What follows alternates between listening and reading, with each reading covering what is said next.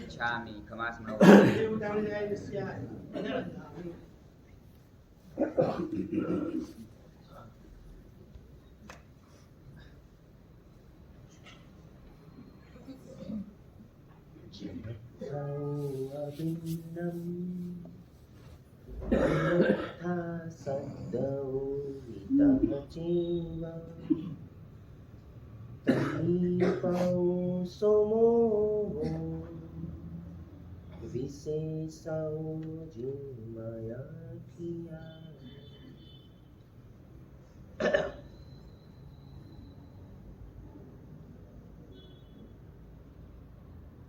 શાસ્ત્રના આર્મીના સભ્ય બનવા માટે પહેલી યોગ્યતા બોલ્ડ બ્રહ્મચર્ય, બીજી યોગ્યતા આચાર કદી મોડો રાખશો નહીં, ત્રીજી યોગ્યતા વિચાર કદી મલિન રાખશો નહીં. આજે ચોથી વાત કરવી છે, સચારની બહાર કદી જશો. ઉપદેશ પદની અંદર હરિભદ્રેશ્વરી મહારાજ આ શ્લોકની અંદર કહે છે કે જે અર્થથી અભિન્ન છે ને અન્વર્થથી જોઈએ તો શબ્દથી પણ અભિન્ન જ છે. માણસ દુકાનની અંદર ગયો છે અને દુકાનની અંદર કહે છે કે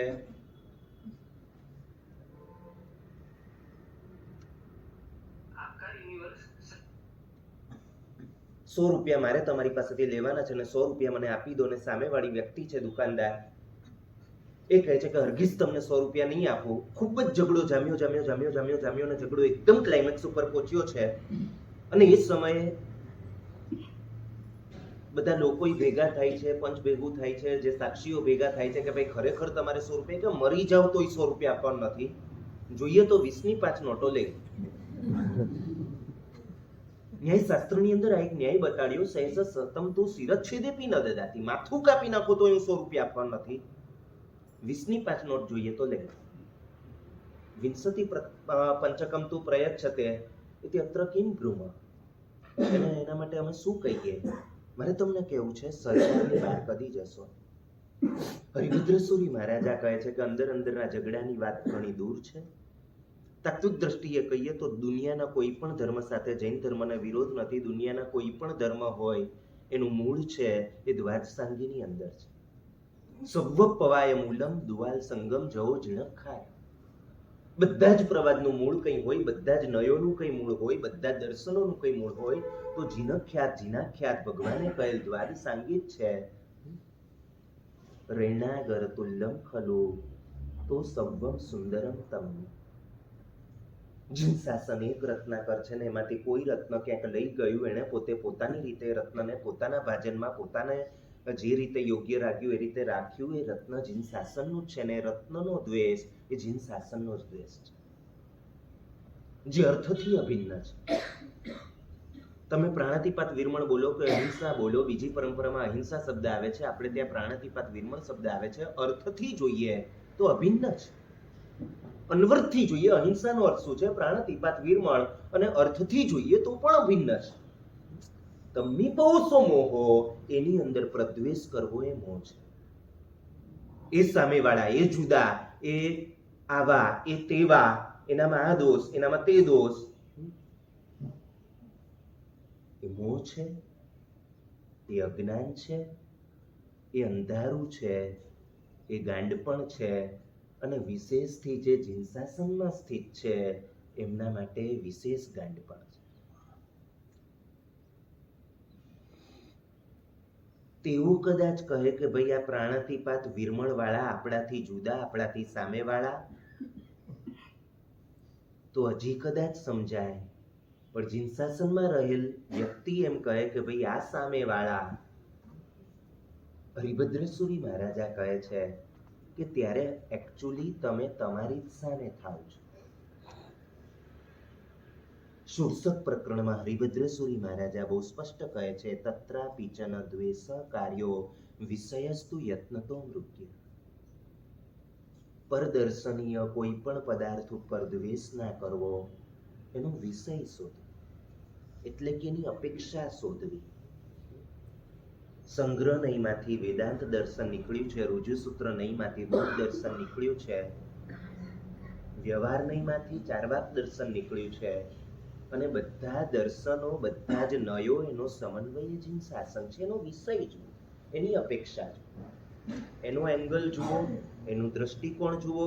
સર્વધર્મ સમાન એવી પણ વાત નથી, બધે જવું એવી પણ વાત નથી, પણ જે સંભાવનું સામગ્ર્ય કહેવાય, જે સમત્વની પૂર્ણતા કહેવાય, એ કઈ રીતે સાધી શકાય. અને હરિભદ્રસુરી મહારાજા તો ત્યાં સુધી કહે છે, પર દર્શનની વાત દૂર છે, પડી સિદ્ધે શું એ દેશે, વિયે શું ઈસી રાગ ભાવે.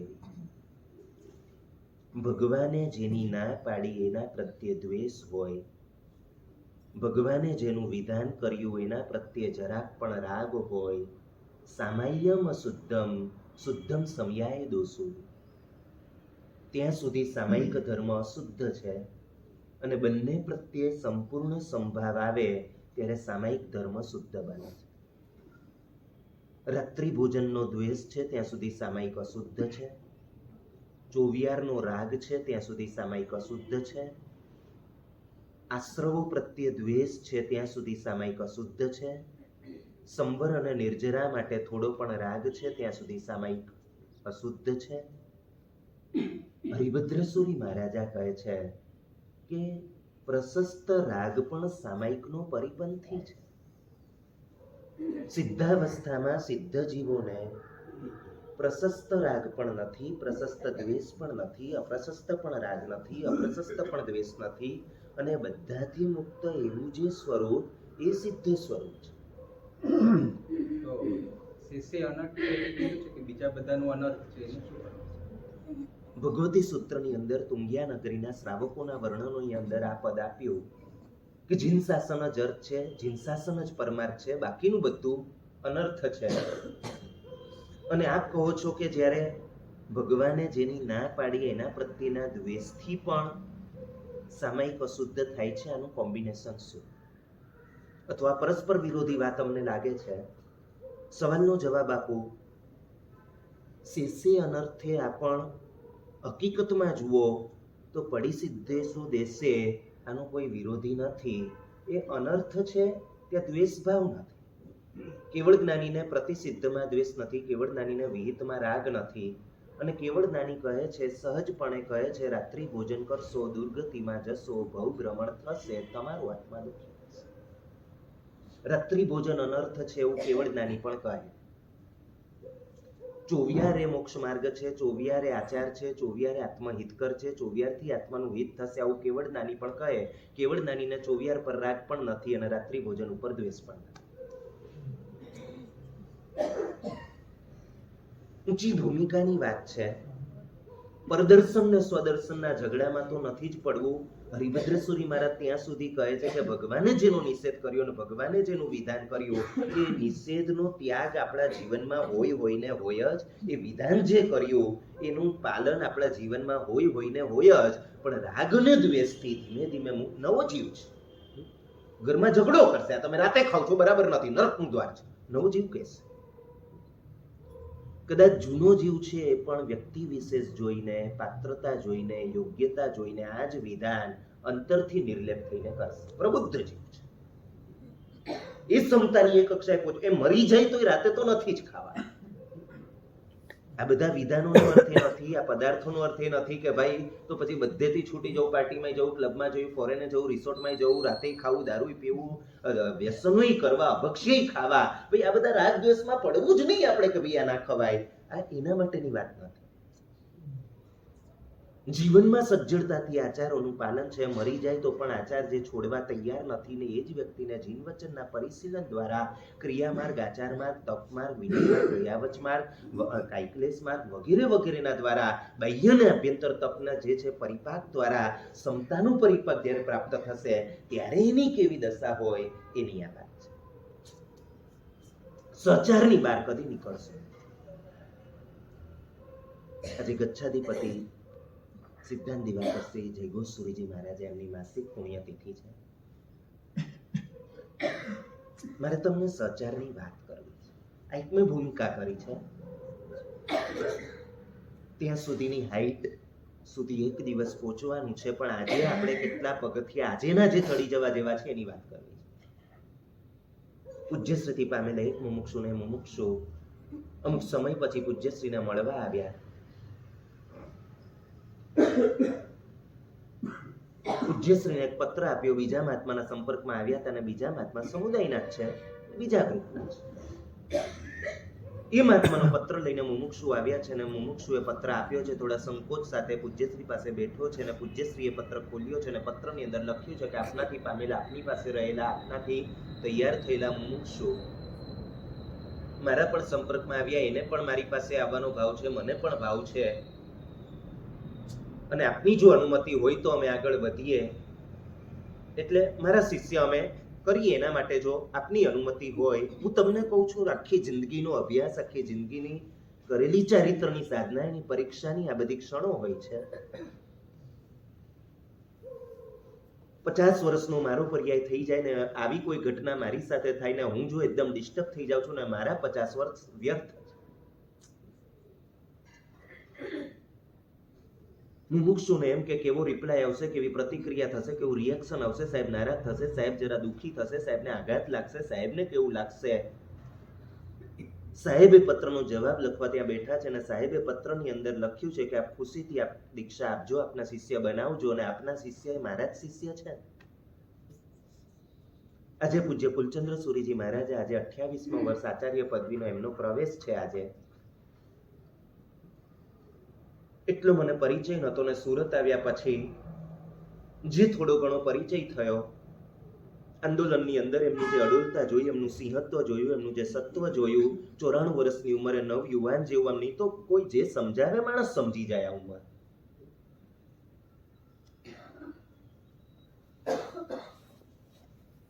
એક સહચારની ભાવના મેં પૂજ્યશ્રીની અંદર જોઈ.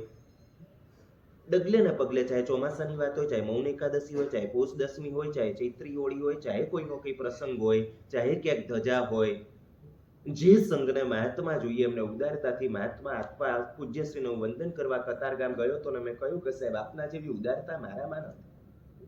કદાચ મારા વિચારો છે કે હજી મહાત્મા નાના છે, ભણી રહ્યા છે, પણ મને ખબર નથી કે લોકો ભણીને તૈયાર થશે ને પછી પણ આવી ઉદારતા, ચલો ભાઈ અહીંયા જોઈએ છે, અહીંયા ચાલો અહીંયા. અરે મહાત્માના વિહાર થાય, મહાત્માને કદાચ એમ મનમાં પ્રશ્ન થાય કે ભાઈ આ પ્રસંગ હતો ને આટલું હું ત્યાં જઈને આવ્યો અને આ કક્ષાનું એમના શિષ્યોનું પણ સમર્પણ અને સાહેબની પણ આટલી કૃપા સંઘો ઉપર કે ચાલો ભાઈ આ સંઘ છે. અને એ નહીં જોવાનું કે ચાલો ભાઈ અહીંયાનો સંઘ છે, માતબર સંઘ છે, એમાં ભક્તો થાય એમ છે, એમાં નામ થાય એમ છે, એમાં એટલો યશ મળે એમ છે તો મોકલવા, આવું કશું નહીં. પણ સંઘને જોઈએ છે, ચાહે જ્યાં કોઈ જતું ના હોય, ચાહે જવા તૈયાર ના હોય, જે કદાચ એમ નવા ડેવલપમેન્ટ પછી જૂના સંઘો કહેવાય, થોડા ઘસાયેલા સંઘો પણ કદાચ કહેવાય, અને એની અંદર ઉદારતાથી મહાત્મા આપવા, સહચારની ભાવ, કોઈ સ્વાર્થ એ જોઈતું નથી.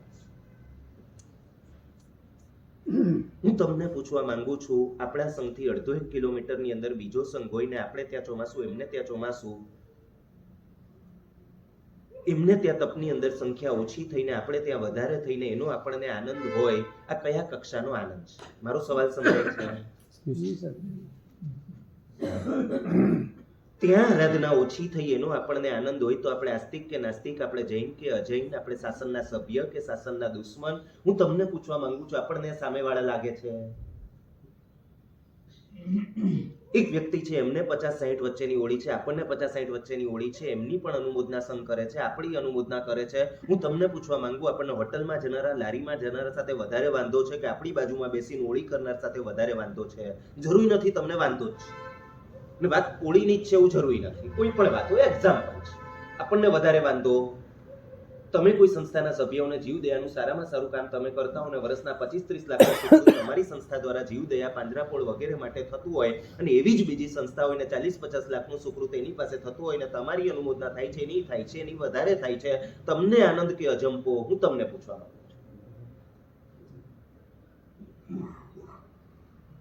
આપણને નિષ્ફળ એનો અજંપો હોય ને આપણને સામેવાળા લાગતા હોય ને આપણને જો એમ લાગતું હોય ને કે આ લોકો આપણું ફંડ લઈ ગયા, હું તમને કહેવા માંગુ છું, આપણે જીવદયાના પ્રેમી નથી, આપણે અહંકારના પ્રેમી છીએ. દીક્ષા ધર્મ મને બહુ ગમતો હોય ને વૈરાગ્યની વાતો હું કરતો હોઉં ને દીક્ષા હું આપતો હોઉં, એક આત્મા સંસારમાંથી નીકળે એનો કદાચ મને રાજીપો હોય ત્યાં સુધી વાંધો નથી, પણ બીજા પાસે મારા જેટલી કે મારા કરતા વધારે દીક્ષા થતી હોય ને એ મને આંખોમાં ખૂંચતું હોય ને તો હું એમનો તો વિરોધી છું જ, હું દીક્ષા ધર્મનો પણ વિરોધી છું. મને સ્વાધ્યાય ગમતો હોય, મારી વિદ્વત્તા કહેવાતી હોય ને બીજા વિદ્વાન મહાત્મા હોય ને એ વિદ્વાન હોય ને એ મને ખૂંચતું હોય, એક શ્લોક આ જ કે વિદ્વાન વિદ્વાનને જોઈને, સાધુ સાધુને જોઈને, અજૈન પરંપરાનો શ્લોક છે, શ્વાનવત ગુરગુરાય. જેમ કૂતરો આમ ઘૂ ઘૂ ઘૂ કરે એમ ઓલા ઘૂ ઘૂ એની રીતે કરે છે, કૂતરો એની રીતે કરે છે.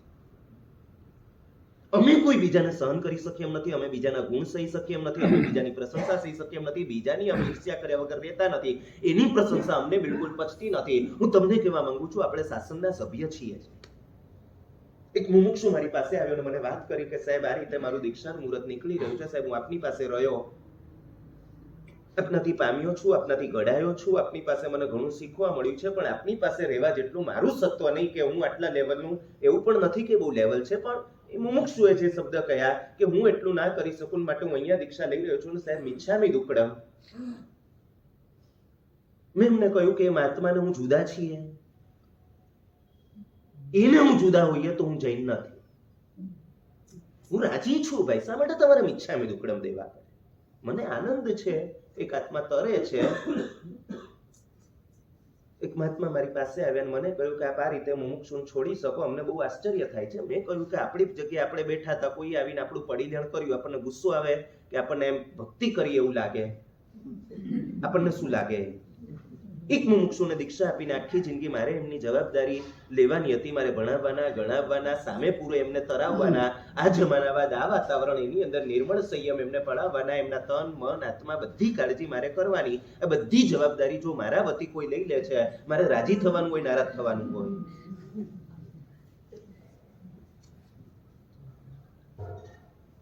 ડીસા રાજપુર પાંજરાપોળ ને એના આમ કયો શબ્દો વાપરવો મને ખબર નથી એક્ઝેક્ટ, પણ શાસનના રત્ન, એના સભ્ય, એના એક ટ્રસ્ટી કે આ બધા શબ્દો મને હજી અપૂરતા લાગે છે. અને ભરતભાઈ કોઠારી એમના એક સાથી મને મળ્યા અને મને વાત કરી કે બીજું કોઈ હોય તો એમ થાય કે પેલું ફંડ લઈ ગયા, અને ભરતભાઈ કોઠારીના હંમેશા શબ્દો હોય, કોઈ બીજા ત્યાં લાભ લઈ લીધો હોય, કોઈ સંઘની અંદર ગયા, પાંજરાપોળના ફંડ માટે ગયા, સંઘે બીજે લાભ લઈ લીધો છે, ને આવી વાત જાણવા મળે ને કદાચ રાજપુરની અંદર ના મળે, ઓછું મળે, અને ભરતભાઈના શબ્દો આ રહેતા કે ભાઈ એ જીવદયા માટે જ લઈ ગયા છે, આપણે રાજી થવાનું.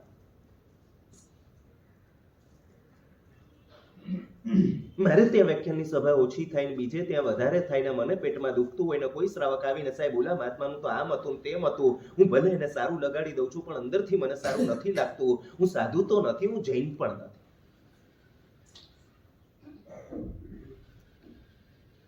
કહેવાતા આપણે ધર્મી, કહેવાતા શ્રાવક, કહેવાતા સાધુ, આપણે કેટલા ખરેખર જૈન છીએ ને, આ હું તમને કહું છું, આત્મનિરીક્ષણ કરો ત્યાં સુધી આપણું ઠેકાણું પડવાનું.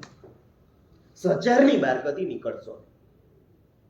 શા માટે બીજા જુદા લાગે છે? હરિભદ્ર સુરી મહારાજ કહેતા હોય કે અન્ય દર્શનીયો છે પણ આંશિક રીતે જીન શાસનની જાહેરાતના, ભલે એમને ખબર, ભલે એમની પાસે યોગ્ય એંગલ નથી, ચારવાક કઈ રીતે સાચો છે, બૌદ્ધ કઈ રીતે સાચો છે, સાંખ્ય કઈ રીતે સાચો છે, વૈશેષિક કઈ રીતે સાચો છે, કોઈને કોઈ રીતે બધા સાચા છે. શરીર એ જ આત્મા છે, આવો પણ એક નય છે. અન્યોન્યાનુગતા નામ કા તદેતદિતિ વાપિતા. જે અન્યોન્ય અનુગત છે એનું આ જુદું તે જુદું, આવો ભેદ કઈ રીતે કરી શકાય? યાવત ચર્મ પર્યાયમ યથા પાનીય દુગ્ધ. ચરમ પર્યાય, દૂધ અને પાણી ભેગા થઈ ગયા છે, હવે એમાંથી આ દૂધ છે ને આ પાણી છે, કઈ રીતે કહી શકાય? બરાબર એ જ રીતે મોક્ષ સુધી આ આત્માના આ શરીર નય વિશેષ છે. સીસામે બાયરા ભાવા સવ્ય સંજો લખણા આપણું ભૂજ. આત્માના શરીર જુદા છે, આપણું ભૂજ. ચાર વાક્ય છે, આત્મા એક શરીર છે, પુનર્જન્મ નથી, પરલોક નથી, ભસ્મીભૂતસ્ય દેહસ્ય પુનઃ પ્રત્યાગમ કુત. આ ચાર વાક્ય દર્શન છે. જીન શાસન કહે છે એનો પણ એક એંગલ છે, એનો પણ એક દ્રષ્ટિકોણ છે, અને વ્યવહારને એનું અવલંબન લીધું છે. તમે સંસ્કૃત ભાષા શીખશો ને તમને ખબર પડશે આત્માનું એક જ શરીર પણ થાય છે. આત્મવિરાધના શબ્દ આવે છે. મુખ્ય નહીંથી જોઈએ તો આત્મવિરાધના શક્ય જ નથી. કોઈ આત્મા જન્મતો નથી, મરતો નથી, માંદો પડતો નથી, એક્સિડન્ટ થતો નથી, ગવાતો નથી. શાસ્ત્રની અંદર આત્મવિરાધના જે શબ્દ આવે છે, આત્મવિરાધનાનો સીધો અર્થ ત્યાં શરીર વિરાધના કર્યું છે. જેનાથી એક્સિડન્ટ થાય, જેનાથી શરીર ગવાય એવું કોઈ પગલું સાધુથી ભરી ના શકાય. એ પગલું ભરે તો આત્મવિરાધનાનું પાપ લાગે ને એનું પ્રાયશ્ચિત થાય. જો ચારવાક જેવાને પણ એનો સમન્વય જીન શાસનની અંદર હોય તો સંઘના સભ્ય હોય, આરાધક હોય, શાસનના કામ કરનાર હોય કે દીક્ષિત હોય, મહાત્મા હોય, વિદ્વાન હોય, સંયમી હોય, ચારિત્રી હોય. હું તમને કહું છું કે જીન શાસનનું એક વૃક્ષ છે, થડ એક જ છે, મૂળ મહાવીર સ્વામી છે, થડ સુધર્મા સ્વામી છે.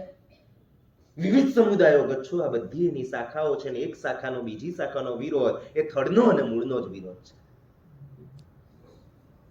મૂળ અને શાખા જુદા નથી, થડ અને શાખા જુદા નથી, આપણે ને થડ ને મૂળ જુદા નથી. બીજી કોઈ પણ શાખા હોય ભગવાનની આજ્ઞા અનુસાર, પછી હું કહું કે ના આટલી આજ્ઞાનું આમ છે માટે એ શાખા જ ના કહેવાય, એ જુદા કહેવાય, એ આપણી શાખામાં ના આવે, એ ભગવાનની આ જીન શાસનની શાખામાં જ ના આવે, એ સંઘની જ શાખામાં ના આવે. અને એ શા માટે? કેમ કે આ આજ્ઞા નથી પાડતા. એ આજ્ઞાનું મને શા માટે આટલું બધું મૂલ્ય છે? કારણ કે એમનામાં નથી, માટે મેં પકડી લીધું છે. અને 25 આજ્ઞા હું નથી માનતો, શક્ય હોવા છતાં નથી માનતો, એ બધું ચાલ. બીજાના શિષ્ય કંઈ કર્યું છે તો એટેક છે, ને એ જ વસ્તુ મારા શિષ્ય કરી છે તો હું ડિફેન્સમાં ઊભું છું. તો હું જીન શાસનનો સભ્ય નથી, હું સંઘનો સભ્ય નથી, હું સિદ્ધાંતની વાત કરું પણ બિલકુલ સૈદ્ધાંતિક નથી, હું શાસ્ત્રની વાત કરું એ શાસ્ત્રોની મસ્કરી છે, શાસ્ત્રોનો એક જાતનો મિસયુઝ છે, દુરુપયોગ છે. શાસ્ત્રોમાં એકચ્યુઅલી હું માનતો જ નથી, હું માત્ર અહમને મમમાં જ માનું છું. સહચારની બહાર કદી નીકળશો.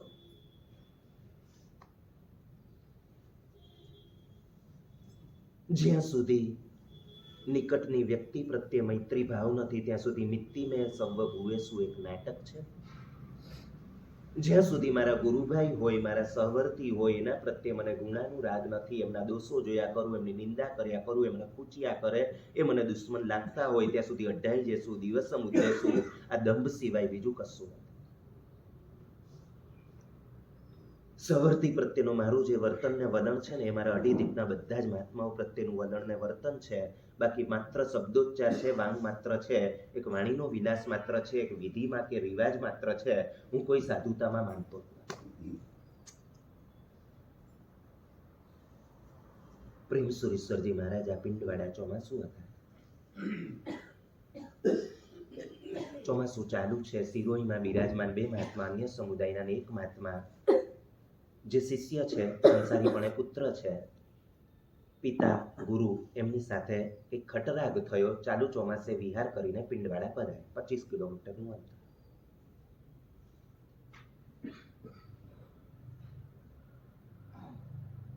નારાજ થઈને આવ્યા છે, ધુંધવાપા સાથે આવ્યા છે, રોષ સાથે આવ્યા છે. જોગ એમના ચાલુ છે, આગાઢ જોગ છે, જોગમાંથી નીકળાય નહીં. પ્રેમ સુરીજી મહારાજાને કહ્યું કે સાહેબ હવે હું આપની શરણ, મારે જવું નથી, ત્યાં જવાનું મને કહેશો નહીં, આપ મને ઠુકરાવશો. પ્રેમ સુરીજી મહારાજાએ જોયું કે અત્યારે રોષ છે. અપ્રશાંત મતો શાસ્ત્ર સદભાવ પ્રતિપાદક. જેનું મન શાંત નથી એને શાસ્ત્રીય કેવું, સત્ય કેવું, દોષાય અભિનવો નિર્ણય સમનીય વિવચન. એટલે નવો તાવ થાય, તાવ વધારે વકરે, નવો તાવ છે એમાં ઔષધ આપો તો ઓર ઉછાળો મારે, પેલા એને પાકવા દેવો પડે પછી ઔષધ અપાય. આ આયુર્વેદની વિધિ છે. સાહેબ મારે જોગ ચાલે જ સાહેબ, આપ ક્રિયા કરાવશો. જુદો સમુદાય છે, સમાચારી નથી. કરાવશું, આપ ચિંતા. એમની જોગની ક્રિયા, એમાં સંગાટક ગોચરી, એમને જે ઉચ્ચતમ જોઈએ સાહેબ એમને વાત્સલ્ય આપ્યું છે. 2-3 દિવસ ગયા. સાહેબે ધીમે ધીમે એમને સમજાવવાનું શરૂ કર્યું. તમારો ઉપકારી છે, જન્મદાતા, સંસ્કારદાતા, એ ના હોત તો ક્યાં તમારી દીક્ષા થવાની હતી. આવું બધું તો થાય, આપણે એમનો ઉપકાર જોઈએ, એમનો એંગલ જોઈએ. તમારા માટે લાગણી તો ઊભી જ હોય. તમે એમના દીકરા પણ છો, શિષ્ય પણ છો. કોઈની આપત્તિને આપણે આપણો અવસર બનાવીએ ને તો આપણે એમાં સહચાર ભાવના નથી. મહાત્મા ધીમે ધીમે ઠરતા જાય છે. 6થો દિવસ, 7મો દિવસ, સિરોહીથી એક શ્રાવક પૂજ્યશ્રી પાસે આવ્યા છે. સાહેબને વંદન કર્યા છે. પ્રેમ સુજી સાહેબના હાથમાં પત્ર આપ્યો છે. શ્રાવકે વિદાય લીધી છે ને આમ પૂજ્યશ્રીએ પત્ર ખોલ્યો છે. અત્યંત ઉગ્ર, અત્યંત તીખી, અત્યંત કડવી ભાષાની અંદર પેલા મહાત્માનો સાહેબ ઉપર ઠપકો આવે. ઠપકો શબ્દ સારો કહેવાય, પણ બેફામ અંદર લખ્યું કે બીજા જ સમુદાયના સાધુઓને તમે પડાવી લો છો, મારા શિષ્યને તમે રાખ્યા શા માટે, મારા શિષ્યને તમે શા માટે જોગ કરાવ્યા, શા માટે તમે એમને ક્રિયા કરાવો છો, શા માટે તમે એમને મારી પાસે મોકલી નથી દીધા, તમારે બીજાના શિષ્ય પડાવી દેવા છે.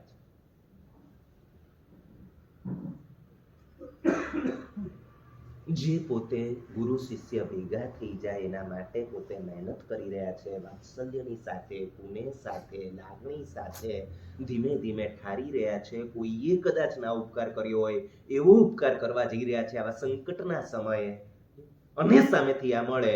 હવે હું તમને પૂછું છું, આપણા છે ને શબ્દો હોય છે, એક તો અમે સારું કરવા જઈએ છીએ અને અમારી સાથે આવે, બરાબર છે? જી સર. હવે હું તમને પૂછું, આ એક તો અમેનો અર્થ શું છે? તો આપણે ભાષા જે પણ વાપરીએ, એક તો હું ઉપકાર કરું છું, એક તો હું એના માટે કરું છું, એક તો મને મારું કંઈ જોઈતું નથી, એક તો મારો કંઈ સ્વાર્થ નથી. હું તમને પૂછું, આપણો કોઈ સ્વાર્થ નથી?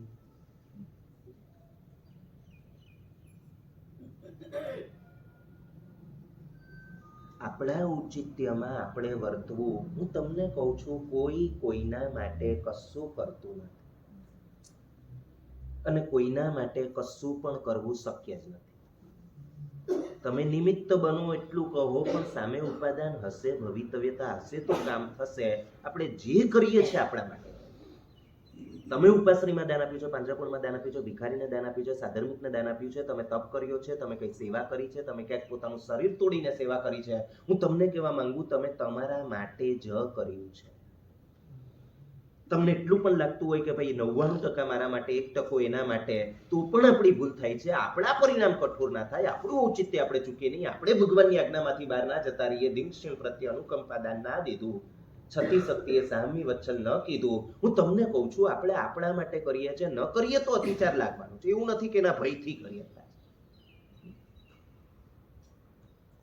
કોઈ કોઈનામાં કશું કરી શકતું નથી. જે થાય છે પોતાનામાં થાય છે, પોતાના માટે થાય છે. ને આટલી સ્પષ્ટતા આવશે તો નામની ભૂતાવળ, હારતુરાની ભૂતાવળ, વાહવાની ભૂતાવળ બધી જ ઉડી જશે.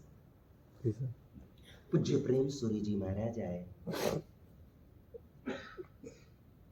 કાગળ મૂક્યું છે વાંચીને. વાંચતા પહેલા જે પરિણતિ છે, નિર્મળતા છે, સમતા છે, એ જ વાંચ્યા પછી છે. જવાબ એમણે લખ્યો નથી. ઉગ્રતા સાથે બચાવો એમને કરવા નતા, ખુલાસાની એમને જરૂર નથી કે ચાલો એટલું ના, હું ફક્ત જાણ માટે છું, મને તમારા માટે એવું, તમે ગેરસમજ ના કરો એટલા માટે. હું તમને કહું છું, હજી આપણે ગેરસમજમાં છીએ.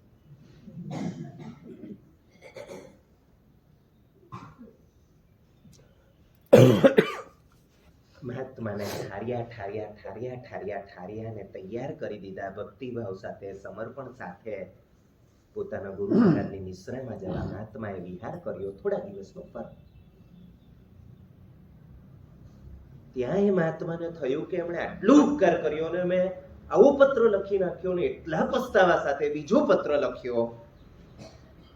ભરપૂર પ્રશંસા, અનુમોદના, એકરાર, કબૂલાત, પશ્ચાતાપ. એ પત્ર પણ આવ્યો છે વાંચતા પહેલા જે પરિણતિ, વાંચ્યા પછી.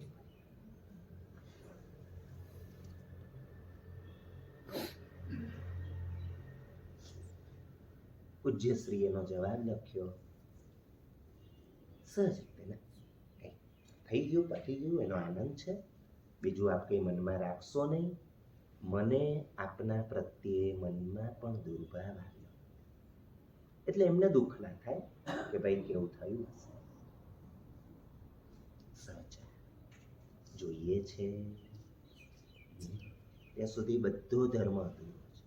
તમે મને કેટલા સર્ટિફિકેટ આપો ને એનાથી મારો મોક્ષ નથી. મારામાં સહચારની ભાવના કેટલી, સાચું જવાબત્વ કેટલું, શાસનની વફાદારી કેટલી, અંતરની નિર્મળતા કેટલી, એના આધારે મારો મોક્ષ થશે. આટલું રાખીએ.